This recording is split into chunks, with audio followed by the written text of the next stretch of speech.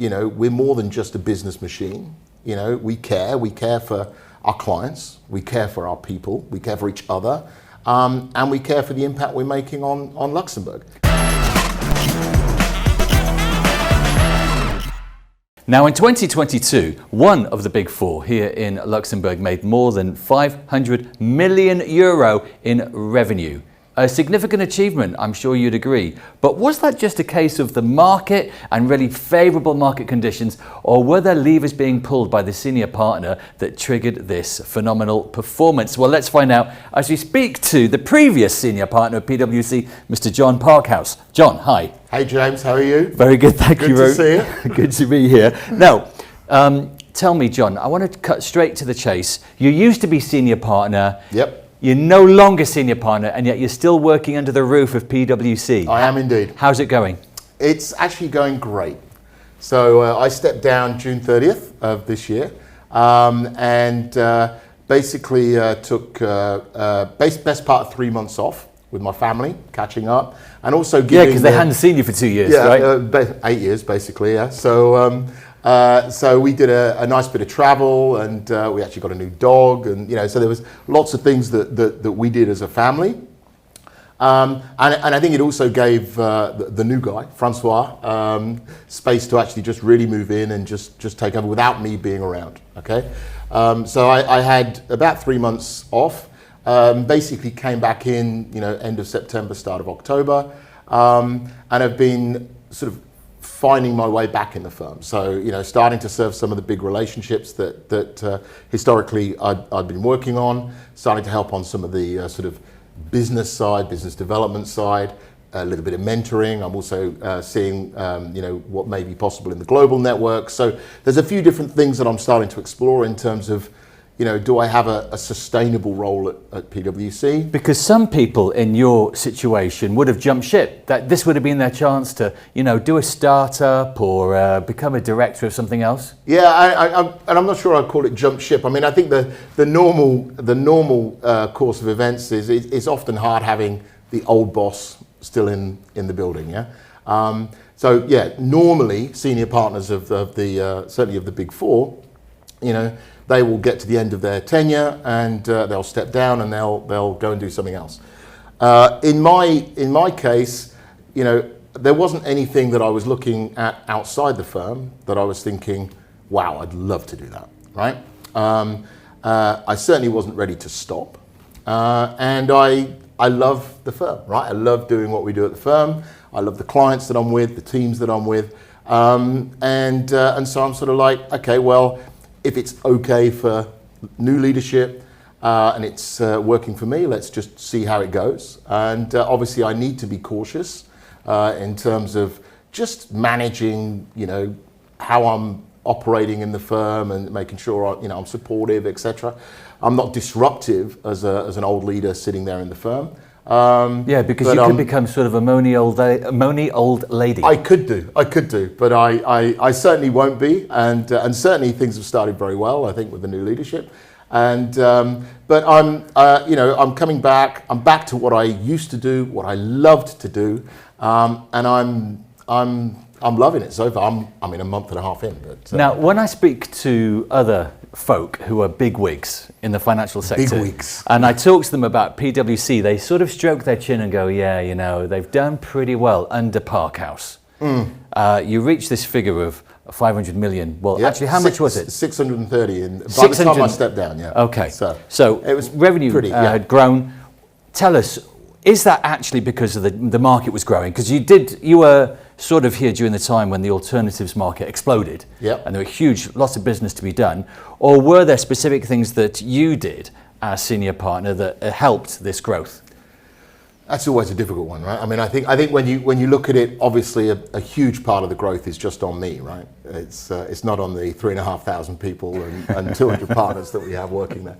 And I mean, clearly the market has been a huge engine for that growth, and that's honestly since we started, certainly since we merged, but even before then, when we were very early on in the usage space. Saw the growth there, and then we were very early on in terms of focusing on the alternatives business as well. I remember I was actually our first real estate leader in Luxembourg many, many years ago when the first real estate funds were being launched here. And obviously over recent years, that's just grown enormously. So it's now a very significant part of our firm. So I think a piece of it is obviously the market growth that Luxembourg has enjoyed. But it's also about making sure that we are capitalizing on more than our fair share of that market growth.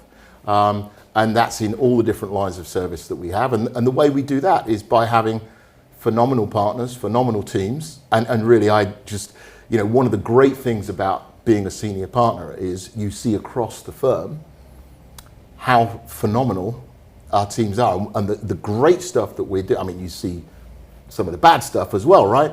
But the great stuff really outweighs the bad stuff massively. And you really can see the impact that our partners and our people are having on our clients, on each other. The support they're providing there. And I think that team spirit, that focus on innovation as well. So I mean, there's been a number of things that we've done, not just under my tenure, but before my time, in terms of innovating in the marketplace and driving new approaches, new services, etc. And it's also not just in the fund sector. Yeah, I mean, we've been very, very successful in for instance, the government sector. A lot of more recently on the healthcare side, which positioned us very well to be able to support Luxembourg during the whole COVID aspect. So there's a lot of different dimensions in a firm that is, just 3,500 people strong. So you think as an organisation, what was it though that you did that actually helped the organisation to become such an effective team? Well, I think I actually we're writing a book at the moment which is celebrating our 25 years of PwC. So in our individual firm status, we've been here 40, 50 years, something like that. But as PwC, it's 25 years this year.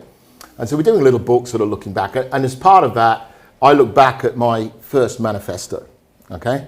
And when I look back at my first manifesto, I had no growth targets, I had no numbers, nothing.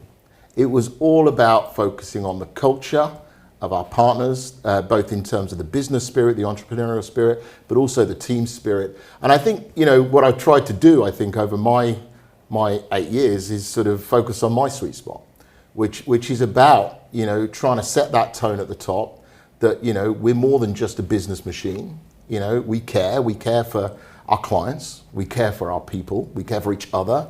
And we care for the impact we're making on Luxembourg. So do you think if a partner was to move from another one of the big four, they came along, became partner at PwC, is there a noticeable difference, do you think? Because we've had it happen. And if you talk to the partners that came from other firms to PwC, part of the reason for some of them actually is what they hear and what they see in terms of how we operate and how we function at PwC. I like to think clients would say the same, and certainly in some of the client interviews I do, I think they do feel that difference. I think when we talk to our people, they notice a difference in terms of how we operate and how we function. And it's never a refined science, right? So you just keep striving to be better at that. But I think the ethos of that care aspect, and again, that's not just a soft, nice thing to be. Caring for clients is pretty important, right?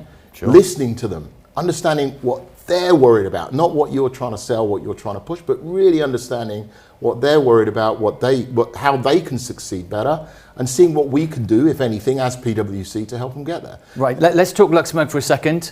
In terms of, I want to know your optimism or pessimism for the future of the country, because just had an election, and there are some rumbles in the jungle that maybe hard times could be ahead for the Grand Duchy. What's your feeling?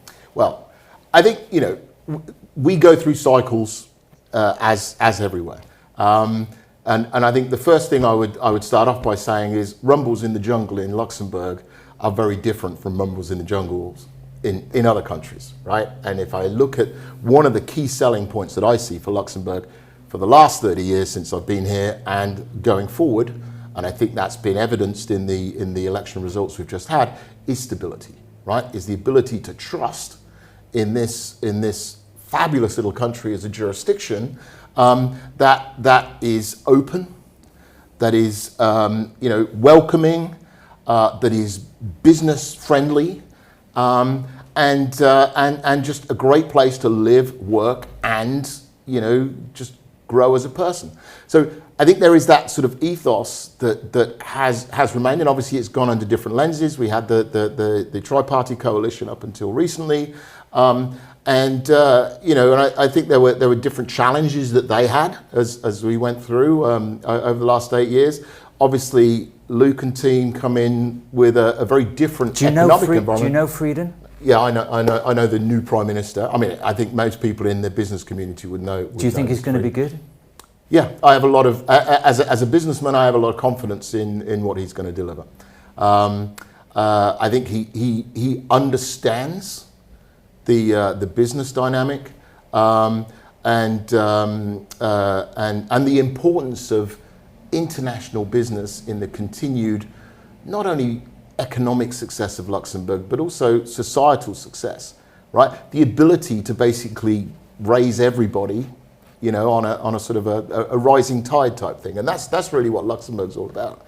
I mean, you've only got to cross the borders to see the impact that the international business has on the community here. So I think he gets it, and I think obviously with the combination with himself and his team with the DP, it's a great sort of combo in terms of business friendly societal sort of issues and challenges. And let's be honest, there's some big challenges, right? We all know them. We don't need to go through the challenges that Luxembourg faces, many of which are, we're a victim of our own success. Yeah, I mean, if you look at the housing issue, the congestion issue, the whole recruitment issue, the recruitment issue. How do we get talent in, and etc. And how do we keep talent? So all of these things, we're sort of a victim of our own success. And the challenge is to see how we work through that together. Yeah, and one of the beauties that I always appreciated here in Luxembourg was the ability of the different stakeholders or communities in Luxembourg, whether that's government, whether that's institutions, whether that's quote unquote labor, and whether that's business, to be able to work together. I mean, it's not always, we're not all friends, etc., but to be able to work together, with a common aim, right?